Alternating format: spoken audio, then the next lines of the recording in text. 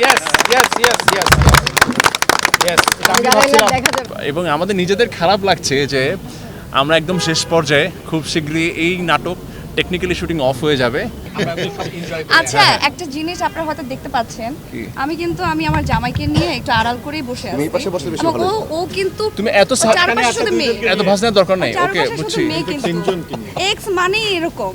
আচ্ছা, বলেন বলেন। হ্যাঁ, খুবই আমি খুব প্লে করার সুযোগ পেয়েছি। রাজ ভাই আমাকে দিয়ে যা ইচ্ছা করালো, আমিও করে খুব এনজয় করেছি। মানুষের আচ্ছা ফাইন, আমি শুরু করার আগে সবাইকে আমি একটা জিনিস করতে চাই আজকে সবার সামনে। সবাই আমরা এখানে আছি, আমরা একটা জোরে করতালি দিতে চাই। এটা রাজ ভাই, yes yes yes yes yes yes.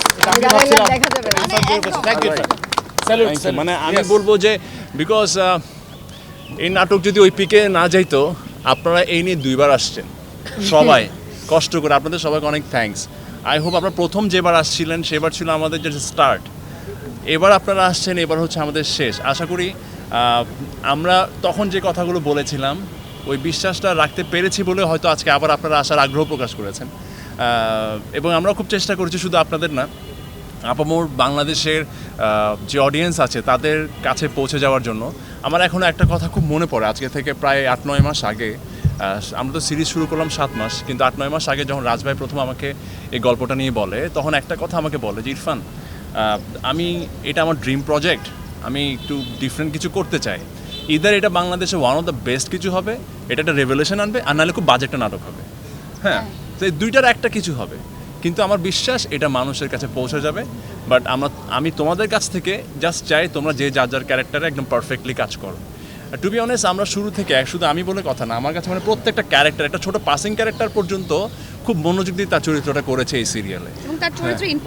হ্যাঁ, এবং তার একটা ইম্প্যাক্ট ছিল, প্রত্যেকটা ছোট বড় প্রত্যেকটা ক্যারেক্টার একটা ইম্প্যাক্ট ছিল। ইভেন আমাদের ভাই কই, আমাদের ভাই আবুল ভাই, হ্যাঁ, এত জনপ্রিয় একটা ক্যারেক্টার আমাদের এই সিরিজে। তো সব কিছু মিলায় আমি অডিয়েন্সকে ধন্যবাদ দিতে চাই যে আপনারা প্রত্যেকটা ক্যারেক্টারকে এত স্ট্রংলি আপন করে নিয়েছেন।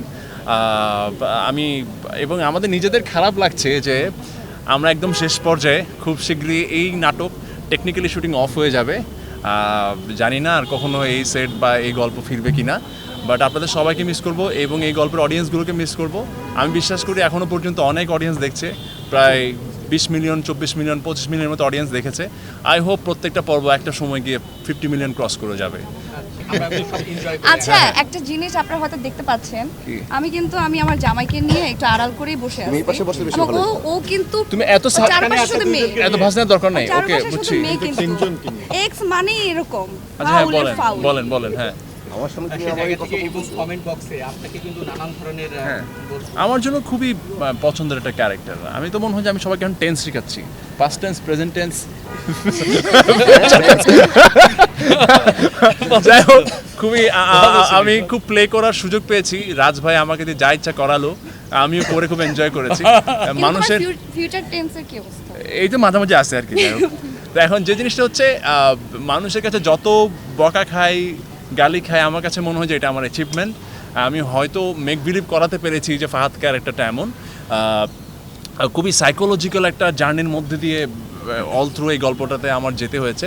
আমি চেষ্টা করেছি যখন যেভাবে যতটুকু পরিমিত অ্যাক্টিং করা দরকার সেটা করতে, এবং আমি চরিত্রটার কথা কখনোই ভুলবো না, যে চরিত্রটা আমার নামকে ছাপিয়ে মানুষের কাছে অনেক বড় একটা পরিচয় পেয়েছে। মানে এই চরিত্রটা প্লে করার ক্ষেত্রে আপনার এক্সপিরিয়েন্স, মানে আমি কেমন সেটা রাজভার চেয়ে বেশি আর কেউ জানে না। তারপর আমি বলবো যে এই ক্যারেক্টারটা করার আগে আমি বাসার সাথে কয়েকবার বসেছি। বাসা আমি ক্যারেক্টারটা কেমনে করতে পারি, তুমি কি করছিস? বাসা আমাকে 2 দিন মানে রিহার্সাল করেছে, ভাই এরকম হইতে পারে। আর বাসারকে আমি ওর ক্যারেক্টারটা গ্রুমিং দিয়েছিলাম। তো সবকিছু মিলাই we help each other, right?